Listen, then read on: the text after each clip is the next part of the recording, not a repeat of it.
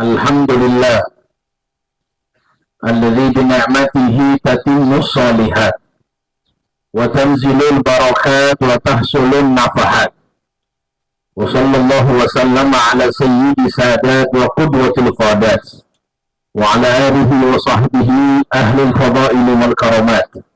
Subhanaka la ilma lana illa ma 'allamtana innaka antal alimul hakim. Rabbi shrah li sadri wa yassir li amri wa hlul 'uqdatam min lisani yafqahu qawli wahdi qalbi wa saddid bihi lisani bihaqqi sayyidi wa habibi Muhammadin sallallahu alaihi wasallam. Yang sama-sama saya hormati, saya ta'zimi seluruh panitia yang telah ikut andil dalam acara Barito berdakwah, baik yang mengurus, menyumbang, semuanya. Saya doakan insya Allah semuanya panjang umur, sehat afiat, segala urusannya dimudahkan oleh Allah. Dan semua bapak-bapak, ibu-ibu, para pemuda-pemudi yang hadir di simpang 4 ini, insya Allah saya doakan mudah-mudahan hatinya kita semuanya dibersihkan oleh Allah Ta'ala, keluar Ramadan semakin lebih baik. Amin. Dan hutang-hutang dilunasi oleh Allah Ta'ala. Amin. Amin ya Rabbal. Alhamdulillah, kita sekarang berada di bulan suci Ramadan. Ramadan ini hadirin diskonnya besar-besaran. Kita itu kalau misalnya ada diskon di mall, satu hari itu mau rame. Ini diskon Allah kasih sebulan. Karena memang nafsu itu tidak bisa dididik dengan 3 hari. Harus dididik 1 bulan full. Justru itu sekarang kalau kita lihat diskon-diskon yang Allah kasih, kalau diskon di mall itu 1 hari itu pun tidak terlalu banyak. Diskon di bulan Ramadan, 1 sholat fardu. Disebutkan dalam riwayat 1 sholat fardu di bulan Ramadan itu seperti 70 sholat fardu di luar Ramadan. Jadi kalau kita hitung-hitungan pahalanya, tadi subuh orang sembahyang, itu sembahyang tadi subuh sama dengan 70 kali sholat subuh di luar Ramadan. Ini pahala yang Allah kasih, dan ini tidak ada selain di bulan Ramadan hadirin. Ditambah lagi sholat sunnah di bulan Ramadan, itu sebanding dengan satu sholat fardu di luar Ramadan. Ini dermawannya Allah kasih. Justru itu jemaah sekalian, sekarang potensi untuk beramal soleh tinggi. Orang yang tidak pernah ke masjid masuk Ramadan ke masjid hadirin. Orang yang tidak pernah pegang Quran masuk Ramadan pegang Quran. Semuanya ini potensinya tinggi untuk beramal soleh. Kenapa? Surga dibuka. Pintu surga dibuka, pintu neraka ditutup. Potensi maksiat menurun. Di situ orang-orang kalau maksiat di Ramadan agak sedikit khawatir, takut hatinya. Kenapa ya? Karena itu potensi untuk beramal tinggi, sedangkan maksiat berkurang. Ditambah lagi wasuffi dari syaitan, setan dibelenggu. Bayangkan hadirin, surga dibuka, neraka ditutup, setan dibelenggu. Kemudian masuk Ramadan yang tidak berhasil, keterlaluan kita berarti. Kurang apa Allah kasih sama kita kebaikan? Sehingga kita bisa beramal soleh, bisa beribadah kepada Allah. Setan terampil musuhnya tidak ada. Kalaupun mau menang mandiri sebenarnya hakikatnya. Justru kita ini alhamdulillah syukur kepada Allah. Allah sudah bantu di Ramadan ini. Coba kalau seandainya setan masih ada, masya Allah maksiat saya yakin masih merajalela. Ada yang tanya, kenapa setan dibelenggu maksiat masih ada? Ada 2 hadirin penjelasan para ulama. Yang pertama, bisikan-bisikan setan itu yang dari sebelum Ramadan masih ada pada sanubari. Itu yang merasuk ke dalam orang punya jiwa, sehingga masuk Ramadan setan dibelenggu, tapi ada bisikan-bisikan masih ada pada orang punya jiwa. Itu yang menggoda. Yang kedua, kenapa masih ada maksiat? Maksiat itu bukan daripada musuh setan, tapi dari musuh nafsu di dalam diri kita. Sehingga nafsu itu kita bisa kalahkan dengan cara sedikit makan, supaya syahwat berkurang. Hadirin yang dimuliakan Allah Ta'ala, saya ingin sampaikan sedikit adab. Mungkin semuanya sudah tahu di sini, insya Allah saya ceramah singkat, tapi setelah ini saya mau minta Bapak Ibu bertanya. Kalau tidak bertanya, saya sumpah tanya pulang kalau begitu. Jadi harus bertanya. Saya mau minta 3 pertanyaan dari Bapak Ibu yang ingin bertanya. Saya memang setiap tausiah itu harus kasih buka pertanyaan. Silakan mau tanya apa saja, berkaitan dengan Ramadan atau di luar Ramadan, silakan. Tapi sebelumnya saya ingin sampaikan adab-adab dalam berpuasa supaya orang Ramadan berhasil, jangan sampai gagal. Ini hadirin bicara mengenai masalah puasa dan adab dalam berpuasa. Perhatikan.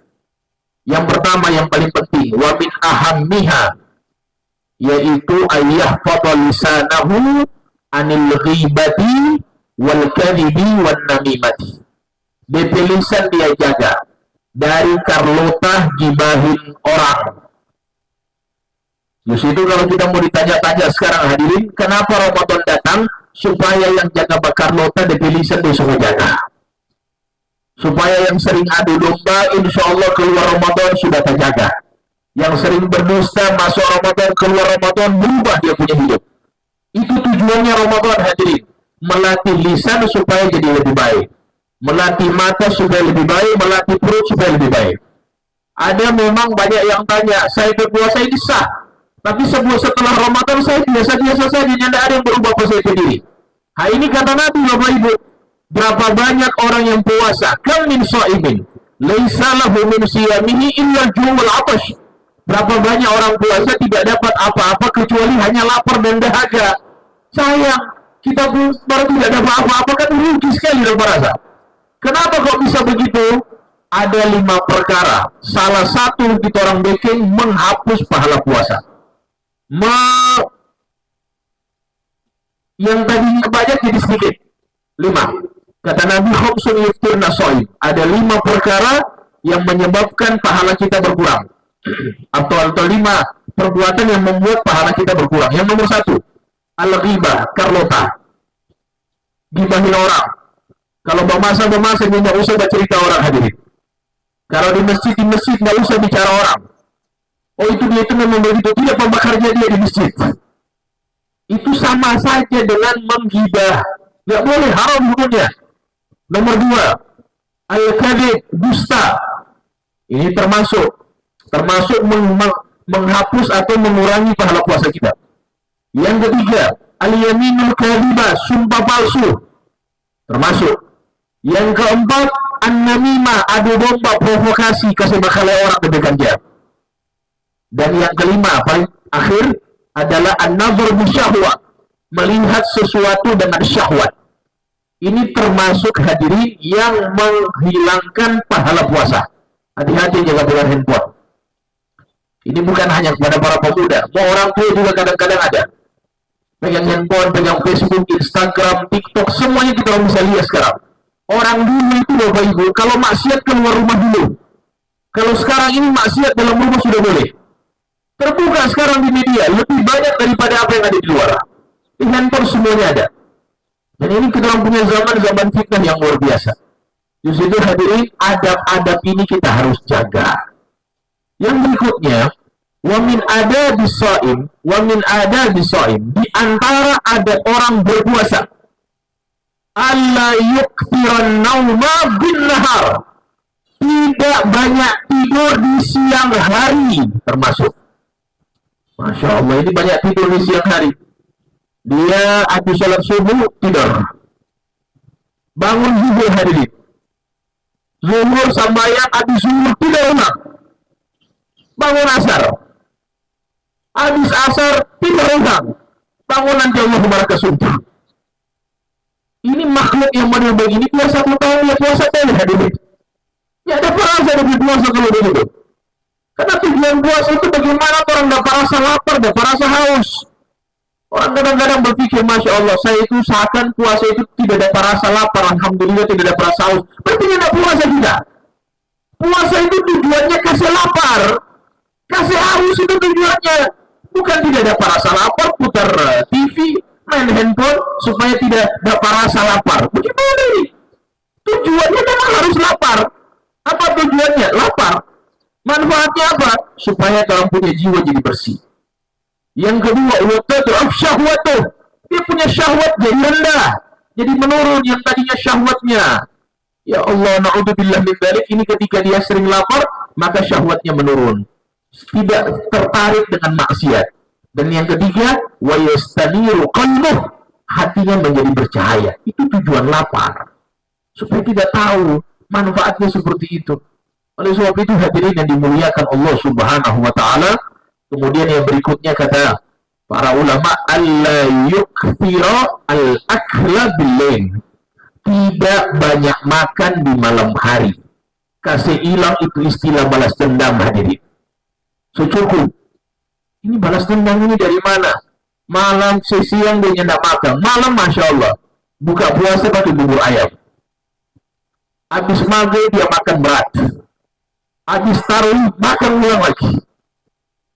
Sahur makan. 3 kali itu. Ada 4 kali kadang-kadang. La haula wala quwwata illa billah. Bukan tujuannya kasih lapar, malah tiap hari lebih banyak dia makan di malam hari. Terus itu banyak sekarang orang keluar Ramadan bukan tambah puas, tambah lebih. Tambah banyak. Tujuan dari puasa dia tidak dapatkan. Maka oleh sebab itu jemaah sekalian yang dimuliakan Allah Ta'ala, ini kita harus jaga. Terakhir, sebelum saya buka tanya jawab, ada 3 amalan spesial di bulan Ramadan yang jangan sampai kita tinggalkan. Nomor 1, jangan tinggalkan membaca Al-Quran. Bapak Ibu baca Quran tiap hari. Walaupun yang orang baca setengah halaman, saya tidak menyuruh hatam, karena saya tahu kita masing-masing punya kemampuan. Hatam mungkin terlalu berat. Tidak bisa hatam sendiri, paling tidak hatam berjamaah. Tidak bisa hatam berjamaah, paling tidak kita bisa baca tiap hari walaupun setengah halaman. Tidak bisa juga 3 ayat tiap hari. Keterlaluan 3 ayat tiap hari boleh yang baca. Baca setengah halaman itu sudah cukup. Baca. Sekali itu tutup Quran. Ini insya Allah kita usahakan baca Quran tiap hari. Orang yang setengah mati baca Quran di Ramadan, apalagi di luar Ramadan. Setengah mati itu Quran dia pegang, apalagi di luar Ramadan. Di Ramadan saja setengah mati. Apalagi di luar Ramadan. Yang kedua, jangan tinggalkan sedekah. Di bulan Ramadan usahakan sedekahnya banyak.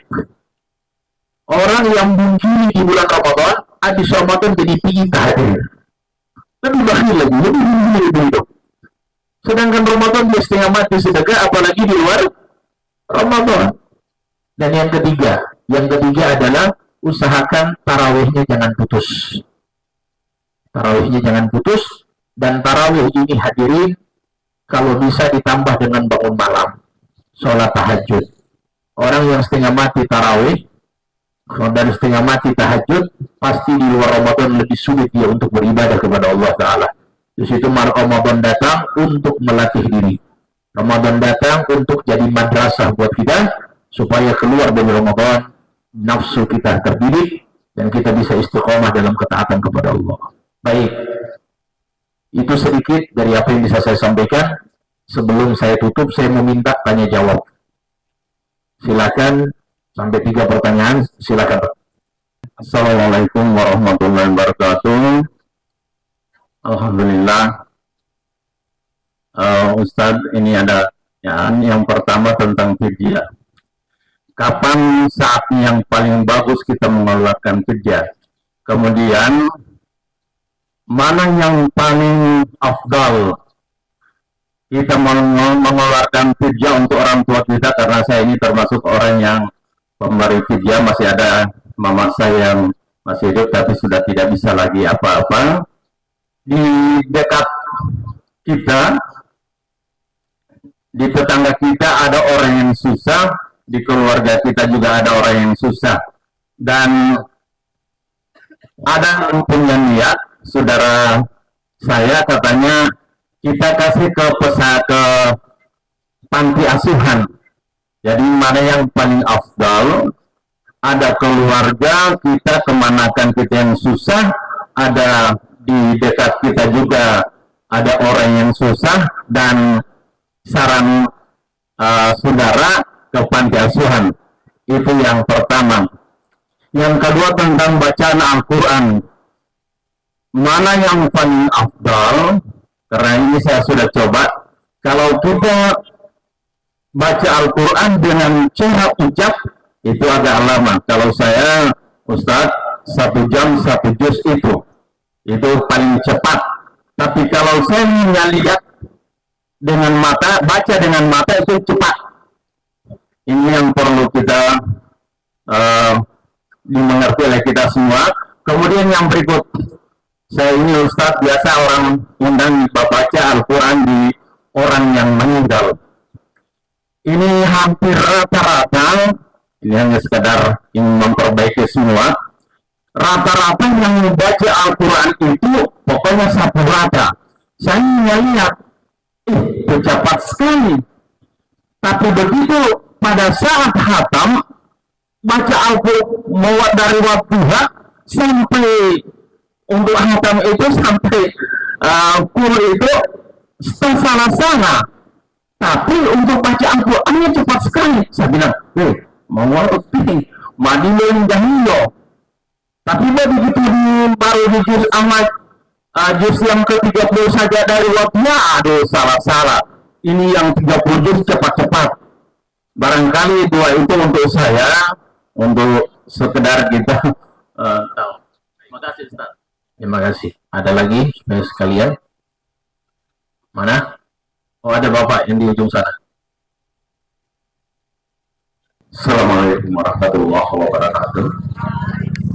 Yang kami hormati Pak Ustadz dan seluruh hadirin ada, kami ingin bertanya. Baru-baru ini saya melihat informasi bahwa yang mana kita kalau meniat berbuka puasa itu katanya nanti setelah makan dulu. Dan sepengetahuan kami,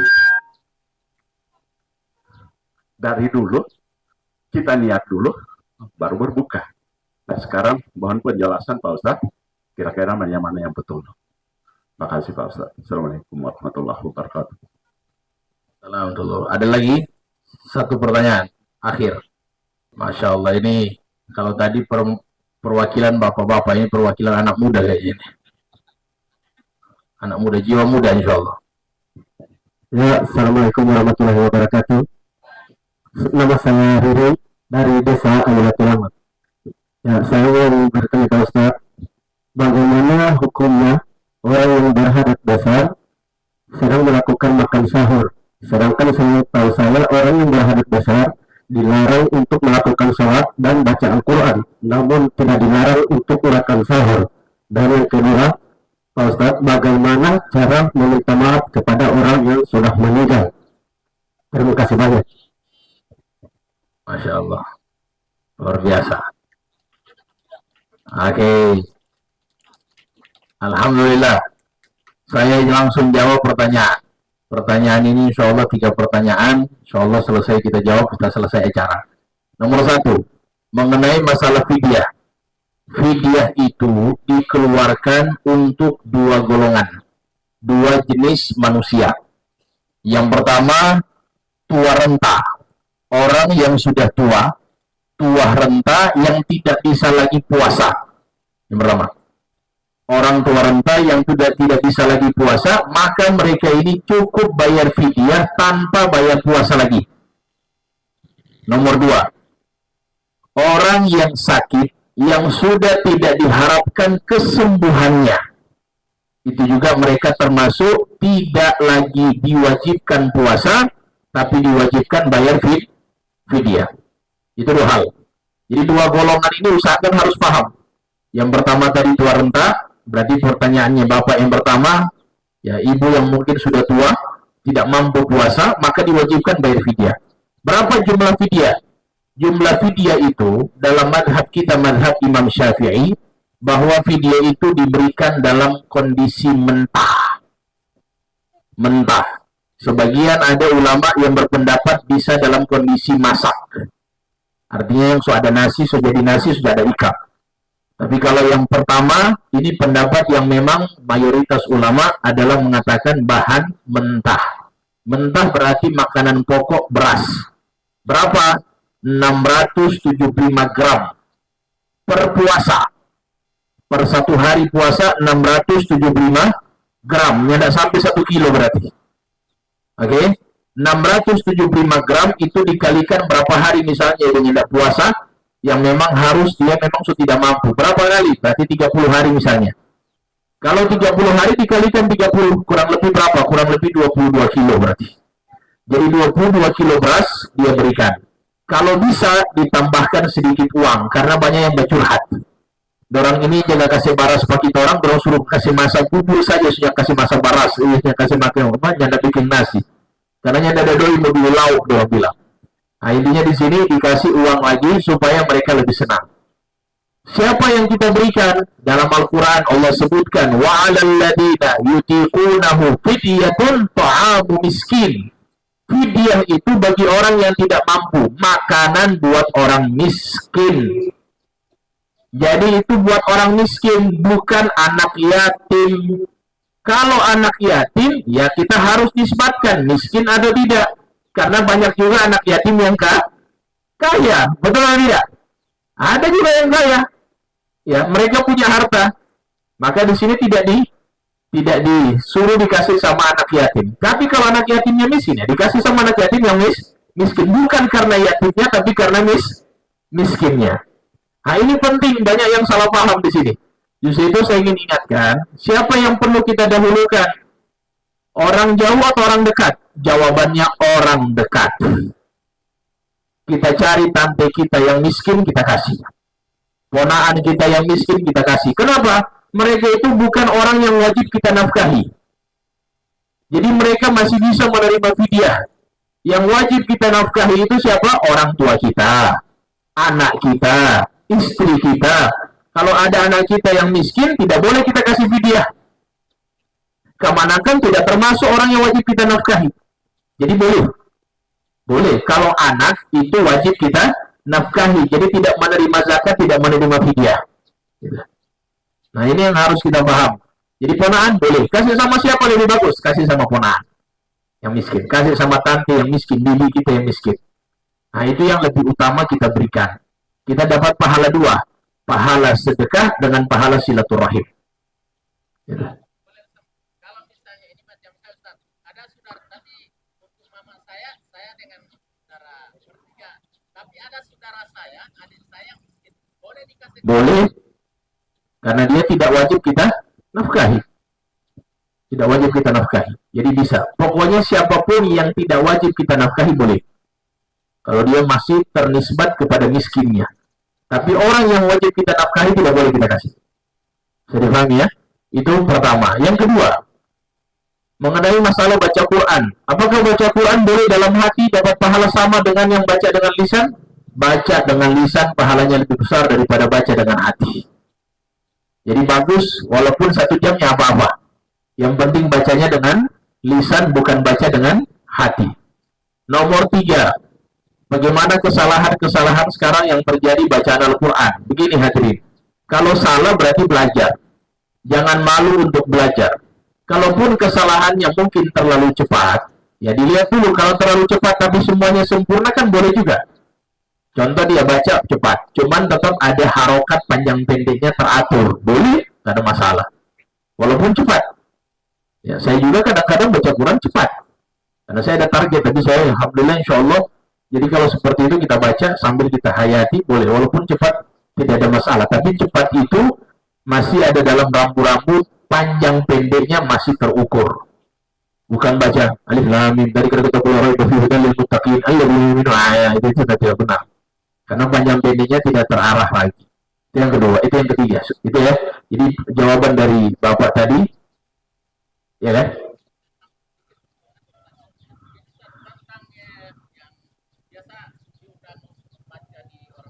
Iya. Ya. Begini, kalau misalnya panjang pendeknya yang keliru, ya kita kasih ingat, tidak ada masalah. Biasa orang-orang bilang, kalau mau salah mau baca orang lain juga, apakah benar kata? Ya, kalau bacaannya tidak benar kan begitu. Kita ingin hadiahkan pahala ke orang, cuman hadiahnya sudah rusak, kan enak juga. Sama dengan bacaan Quran yang dia baca kemudian keliru bacaannya, begitu. Jadi kita harus cari orang yang paham bacaan Al-Qurannya, mengerti bacaan Al-Qurannya supaya tidak salah-salah, gitu loh. Itu yang paling penting. Bagus, insya Allah. Mudah-mudahan semuanya kita bisa fokus untuk belajar Al-Quran. Kemudian yang berikutnya, mengenai masalah mana Bapak yang bertanya tadi? Oke, makanan buka. Sebenarnya mana yang benar buka puasa itu? Buka puasa dulu, makan dulu, baru baca doa, atau baca doa baru makan? Perhatikan.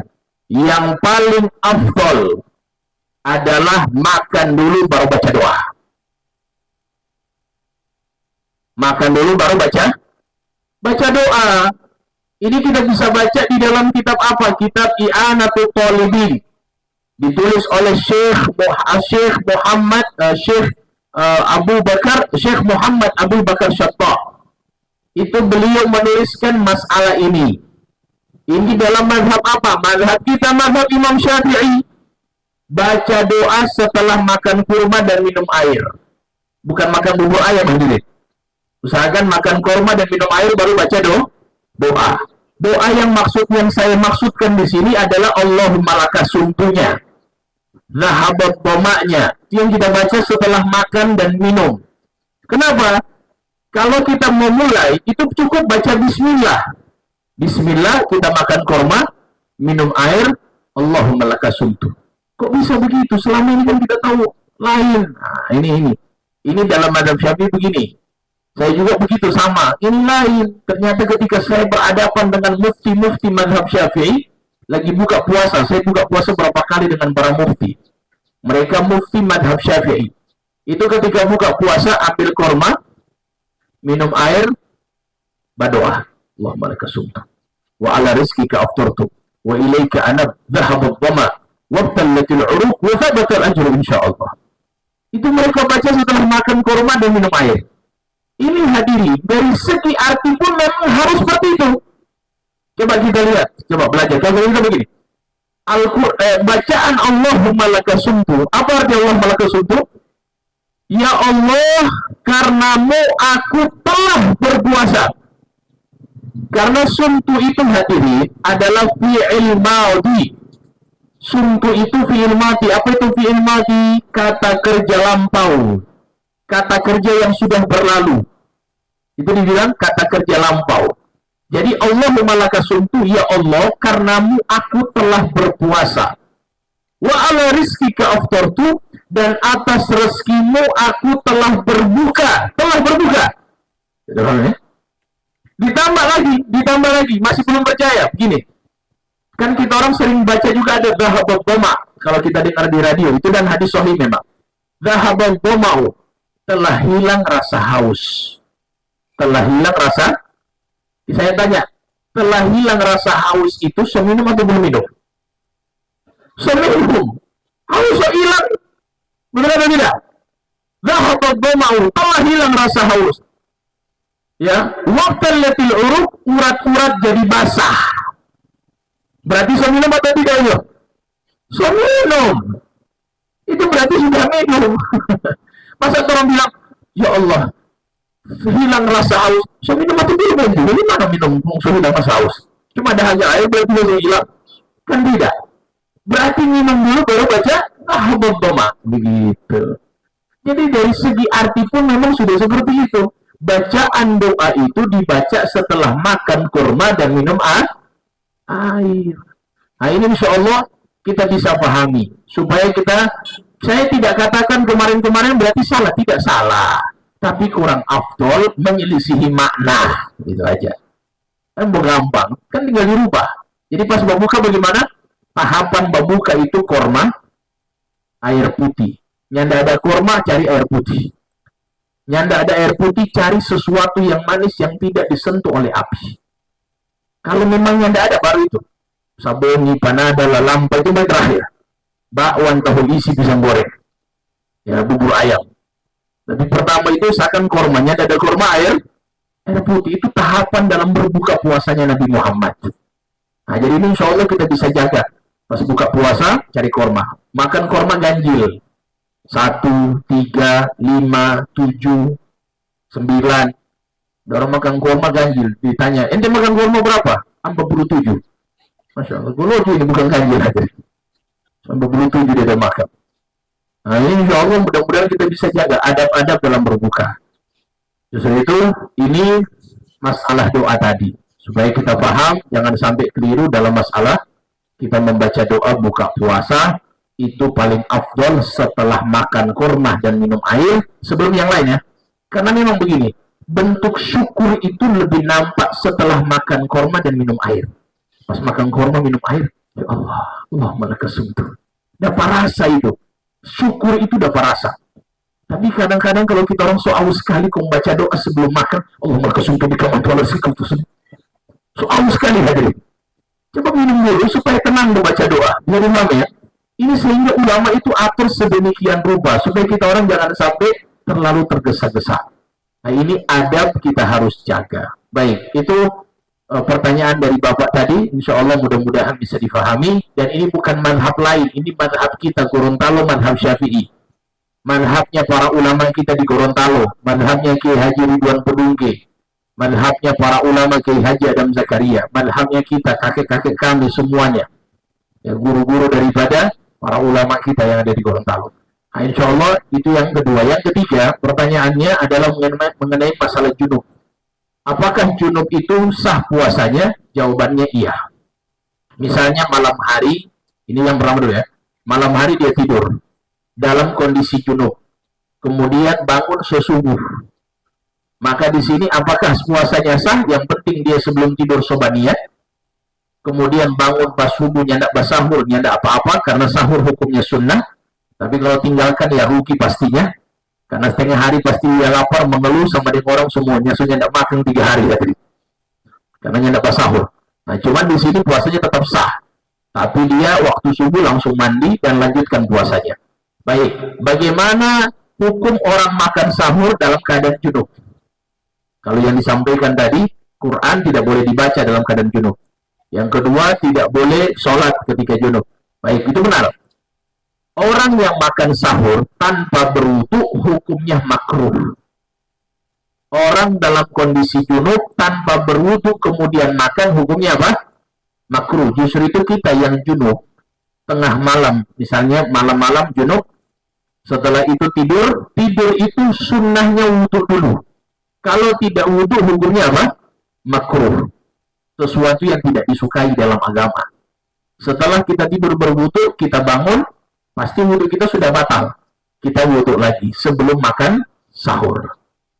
Walaupun belum mandi tidak apa-apa. Habis makan sahur, baru setelah itu kita mandi junub. Bisa difahami? Nah itu. Insya Allah mudah-mudahan matahari Sumunai ini dapat ya. Saya khawatir, memang yang duduk sana. Yang berdiri juga masih lumayan, karena saya tak plus dengan bercerita. Jadi kayak tadi yang beliau sampaikan, yang boleh lama-lama hadirin. Karena biasanya, kalau lama-lama, Masya Allah. Mulai gelisah, jam 12 mulai juga miring bercerita lagi nanti. Kalau laki-laki itu, kosakatanya cuma 4.000 tiap hari. Itu orang kalau sudah lebih dari 4.000, capek sekali dapat rasa kalau laki-laki. Kalau perempuan 10.000 kosakata boleh keluar tiap hari. Jadi dia cerita terus dalam pekerja memang. Nah, jadi memang sebegitu. Subhanallah. Baik, hadirin yang dimuliakan Allah Ta'ala, itu saja beberapa hal yang bisa saya sampaikan. Nasihat saya paling terakhir buat Bapak Ibu. Semua kita yang hadir, minta maaf. Yang mana? Minta maaf orang yang sudah meninggal dunia. Bagaimana caranya? Caranya adalah, nah ini yang repot hadirin. Ini yang paling repot. Justru itu yang bikin salah dengan manusia. Caranya apa? Caranya kita sedekah atas namanya. Sedekah atas nama dia. Ya Allah, saya sedekah atas nama Fulan bin Fulan. Insya Allah kebaikan kita kepada dia menyebabkan Allah bisa membuka hatinya di akhirat supaya bisa memaafkan kita. Jadi kita kirimkan pahala. Baik dengan doa, bacaan Al-Quran, atau dengan sedekah, kita niatkan untuk dia. Dia bilang tiap hari, kalau ditanya tiap hari begitu, baru terang pulusnya tidak ada berarti. Ya, enggak, cuma beberapa kali. Orang niatkan bentuk rasa minta maafnya kita dalam hati dan sudah tidak sempat lagi minta maaf ketika di dunia. Insya Allah penyebab daripada kebaikan kita kepada dia, Allah bisa selamatkan kita di akhirat. Karena ada satu hadis, kita yang selalu berbuat baik kepada orang dan selalu memaafkan orang lain ketika di dunia, nanti ketika di akhirat kalau orang punya salah dengan orang, dan orang tidak sempat minta maaf, nanti pas masuk surga ada yang batuntut, ya Allah, dia pernah sakiti saya. Maka Allah tanya, kamu memang pernah sakiti dia? Iya ya Allah, saya pernah sakiti. Soal masuk surga ini padahal. Maka Allah yang akan tolong kita. Allah bilang, hei kamu yang menuntut hakmu kepada dia, dia pernah sakiti kamu, kamu pilih. Saya ambil pahalanya dia diberikan kepada kamu, atau kamu saya berikan rumah di dalam surga, kata Allah.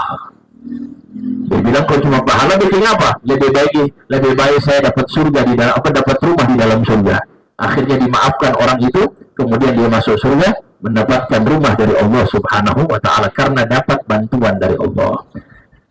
Terus itu hadirin yang dimuliakan Allah Ta'ala, maka ini hal-hal yang perlu kita perhatikan di dalam kehidupan kita. Paling terakhir nasihat saya, tolong ini jangan panas-panas di awal. Ramadan seberapa kali datang buat orang berhidup hadirin. Kapan orang mau berubah? Peringatan apa lagi yang Allah akan mau kirim bagi orang? Kalau bukan Ramadan yang bisa mendidik kita semua. Justru itu, jadikan Ramadan ini terakhir buat kita.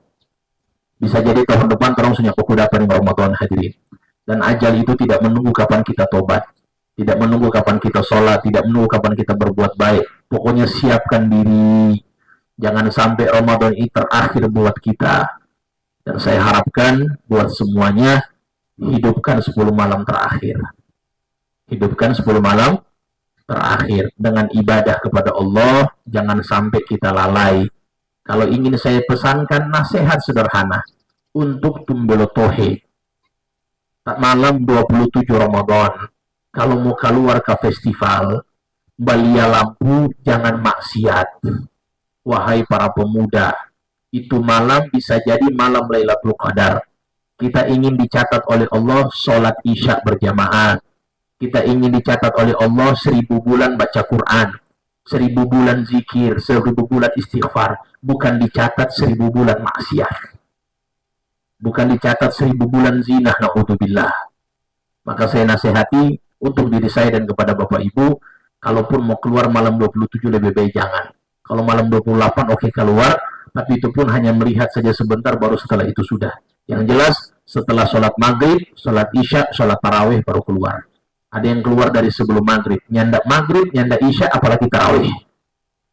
Nah, ini jangan sampai. Kemudian yang paling terakhir, kita tidak tahu di sini di antara kita yang hadir siapa penutup hidupnya yang terbaik. Kita tidak tahu.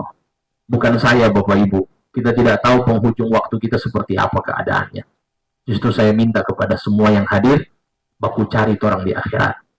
Yang penting orang bersaksi, orang pernah baku dapat di tempat ini. Orang bersaksi di hari kiamat, orang pernah jumpa di tempat ini, saling menasehati karena Allah. Ini kehidupan cepat sekali. Orang baku tahu, insya Allah baku lihat muka, insya Allah bisa paham, bisa kenal. Baku cari. Kalau Bapak Ibu tidak dapati saya di surga, cari saya. Bantu saya, syafaati saya nanti di hari kiamat. Begitupun sebaliknya. Insya Allah orang baku kenal, walaupun tidak baku kenal nama, paling tidak kita orang pernah bertatapan. Dan saya ingin sampaikan, niatkan penghadiran kita di tempat ini, hadir karena Allah, saling mencintai karena Allah, saling menasihati karena Allah, karena itu nanti akan mendapatkan tempat VIP nanti di hari kiamat. Itu saja beberapa hal yang bisa saya sampaikan. Mudah-mudahan Allah tutup hidup kita dalam keadaan husnul khatimah, tutup dalam keadaan baik, keluarga kita menjadi baik, anak-anak kita menjadi soleh dan solehah, urusan kita dimudahkan oleh Allah Subhanahu wa Ta'ala, Ramadan kita berhasil, amin ya rabbal alamin. A'udzubillahi minasyaitonir rajim. Bismillahirrahmanirrahim. Alhamdulillahirabbil alamin. Allahumma shalli wa sallim wa barik ala sayyidina Muhammadin wa ala ali sayyidina Muhammad. Allahumma ya awwalal awwalin wa ya akhirul akhirin wa ya quwwatil matin wa ya rahimal masakin wa ya arhamar rahimin. Allahumma inna nas'aluka min khairi ma sa'alaka minhu 'abduka nabiyyuk Muhammadin sallallahu alaihi wasallam ibadaka shalihun wa na'udzubika min syarri mimma sta'adaka minhu عبدك ونبيك محمد صلى الله عليه وسلم عبادك الصالحون وأنت المستعان وعليك البلاغ ولا حول ولا قوة إلا بالله العلي العظيم. ربنا آتنا في الدنيا حسنة وفي الآخرة حسنة وقنا عذاب النار.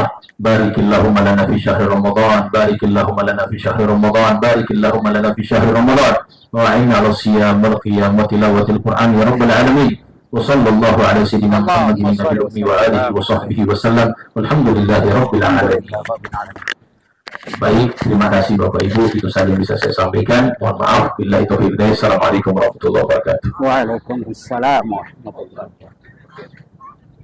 Allahumma sholli wa sallim wa barik alaihi.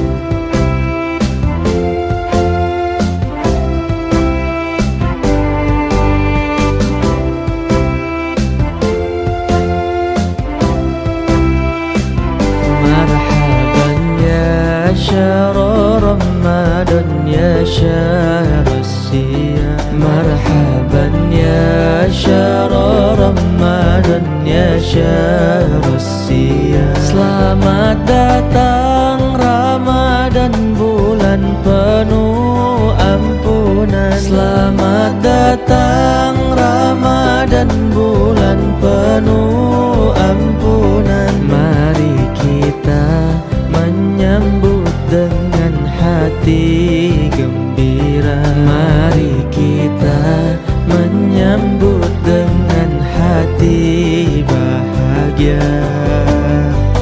Marhaban ya syahr Ramadan ya syahr siyam. Marhaban ya syahr Ramadan ya syahr siyam.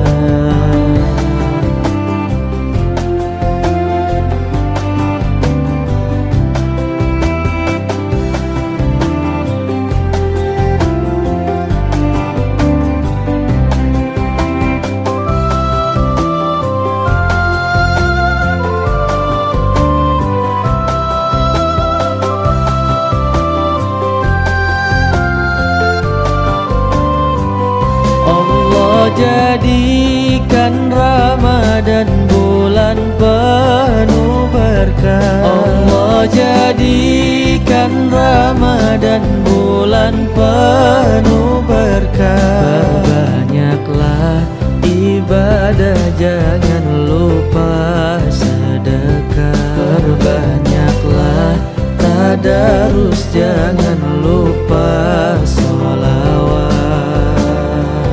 Marhaban ya syahr Ramadan ya syahr siyam.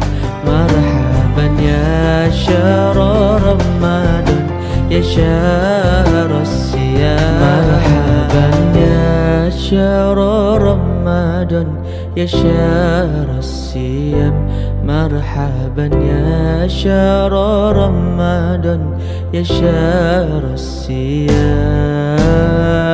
Marhaban ya syahr Ramadan ya syahr siyam. Marhaban ya syahr Ramadan ya syahr siyam.